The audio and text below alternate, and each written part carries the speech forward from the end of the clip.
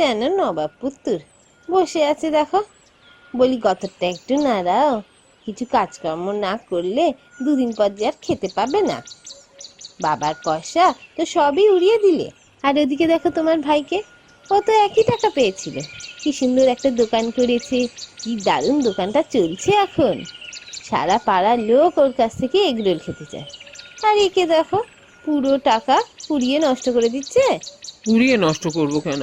সংসার চালাতে তো টাকা লাগে, তাই তো লাগছে। তা বলি, এই টাকা শেষ হয়ে গেলে কি হাওয়া খেয়ে বেঁচে থাকবে, নাকি একটা উপার্জনের পথ করবে? এই টাকা দিয়ে তো একটা ব্যবসা শুরু করলে পারতে, তোমার ভাইয়ের মতো। এই সকাল সকাল মেজাজটা বিগড়ে দিও না তো, যাও এখান থেকে যাও। এই রাজুটার জন্য হয়েছে যত অশান্তি, রোজ দিন সংসারে অশান্তি লেগে আছে, আর বউ খিট খিট খিট খিট করে যাবে। না, এর তো একটা ব্যবস্থা করতেই হবে। আমিও ব্যবসা শুরু করব, আর রাজুর ব্যবসায় আমিও করব। আমি রাজুর থেকে অনেক কম দামে এগরোল গ্রামবাসীকে খাওয়াবো। দেখি তখন লাভ কার হয়, রাজুর না আমার? রাজুর ব্যবসা আমি লাটে তুলবো।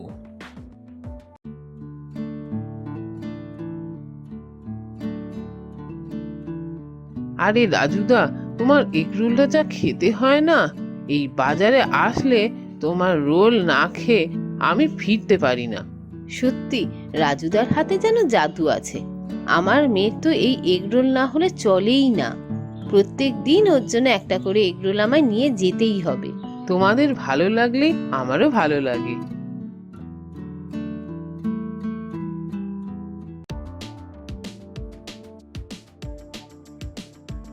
আরে জগাই, আমি তোর কাছেই যাচ্ছিলাম।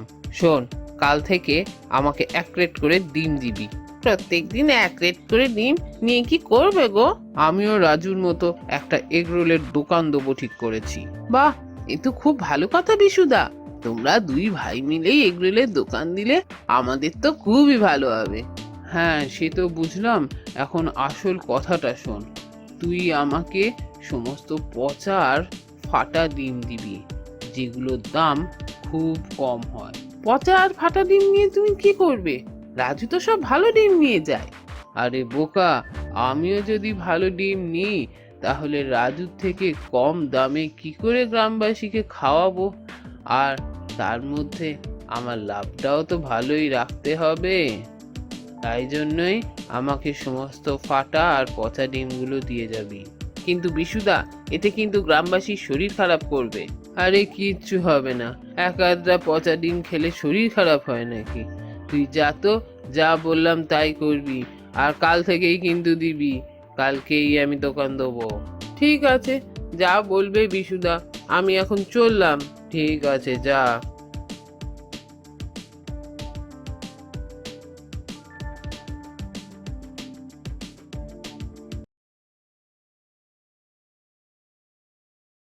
এগরোল খেয়ে যাও, এগরোল মাত্র 25 টাকায় এগরোল। এগরোল খেয়ে যাও, এগরোল মাত্র 25 টাকায় এগরোল। আরে রাজুদা, তোমার ভাই তো দেখছি তোমার থেকেও কম টাকা এগরোল দিচ্ছে। আরে দেখো, বিশুও এগরোলের দোকান দিয়েছে, আর বিশুর রোলের দামটাও কম। চলো চলো, বিশুর দোকানেই যাই, আজ আর রাজুর দোকানে যাব না। আরে বিশুদা, তুমিও দোকান দিলে, আবার রাজুর থেকে 5 টাকা করে কমও নিচ্ছ?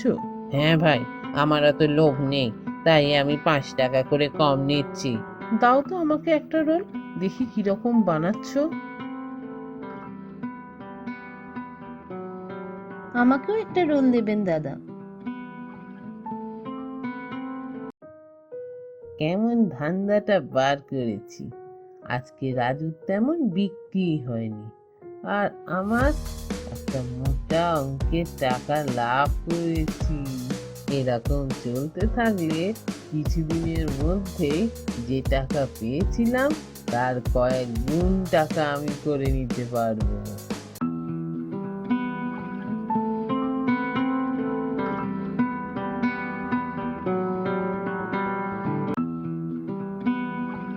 কি হলো, তুমি এত তাড়াতাড়ি আজ ফিরে এলে?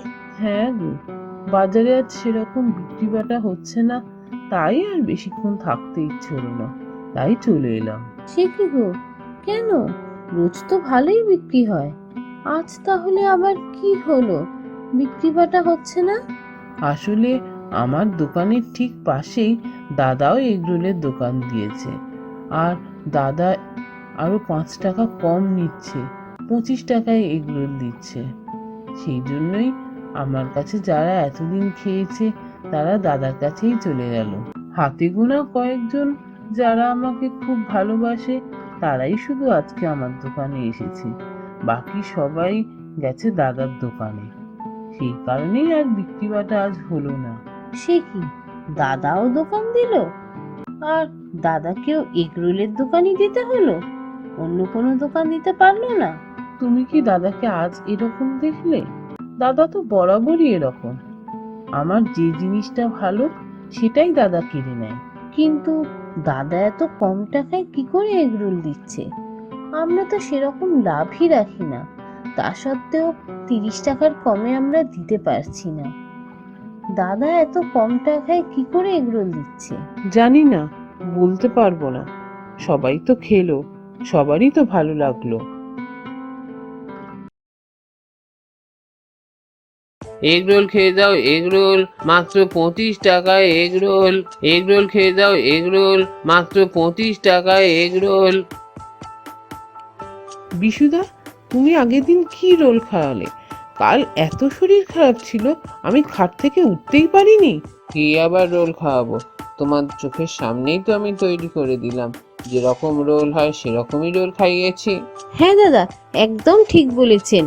আমার মেয়েটাও কালকে সারা দিন শুয়েছিল, এত পেটে ব্যথা করছে, উঠতেই পারছে না। তোমরা কি সেদিন রোল ছাড়া আর কিছু খাওনি? আর যা যা জিনিস খেয়েছো তার মধ্যে থেকেই কোনো কিছুতে পেটে ব্যথা হয়েছে, আর এসে রোলের ওপর দোষ দিচ্ছ তোমরা। শোনো বিশুদা, আমি রোজই রাজুদার দোকান থেকে রোল নিয়ে যাই, একদিনই তোমার দোকান থেকে নিয়েছি। আর অন্যান্য খাবারের কথা বলছো, সেটা তো রোজই খাওয়া হয়, কই শরীর খারাপ করে না তো। একদিন তোমার দোকান থেকে রোল নিয়ে গিয়ে খেলো, আর সেদিনই শরীর খারাপ করলো। এরপরও তুমি বলবে যে তোমার দোকান থেকে রোল খেয়েও শরীর খারাপ করেনি? আর শুধু তো তোমার মেয়ে নয়, আমাদেরও তো শরীর খারাপ করেছে, আমরাও তো সেদিন বিশুদার দোকান থেকেই রোল খেয়েছিলাম। এই শোনো, বেশি ফালতু কথা বলো না তো, বিক্রি বাটার সময় যত উৎকো ঝামেলা। যাও যাও এখান থেকে তোমরা। হ্যাঁ, আমরা সবাই চলে যাচ্ছি, আমরা রাজুদার দোকান থেকেই কিনবো। হ্যাঁ হ্যাঁ, চলো রাজুর দোকানে চলো। আরে ভুলটা আমাদেরই, রাজু সৎ আর এই যা লোভী, এই যে ভালো জিনিস দেবে না, এটা আমাদের আগেই বোঝা উচিত ছিল। দোষটা আমাদের, তাই আমরা আমাদের শাস্তি পেয়েছি। চলো চলো রাজুর দোকানে যাই। আপনি আপনার মতন থাকুন, আমরা সবাই রাজুদার দোকানেই যাচ্ছি। এই যা, সবাই তো রাজুর দোকানেই চলে গেল, এখন আমার কি হবে? কেউ যদি আমার দোকান থেকে রোল না খায়, কি যে করবো এবার। রাজুদা, একটা রোল দাও। এইভাবেই সবাই আবার রাজুদার দোকানে ফিরে গেল। আবারও রাজুদার দোকানে আগের মতন বিক্রি হতে লাগলো, আর লোভী বিশুদা হাঁ করে তাকিয়ে তাকিয়ে দেখতে লাগলো। অন্যদিকে রাজু সৎভাবে ব্যবসা করে সুখে শান্তিতে ঘর সংসার করতে লাগলো।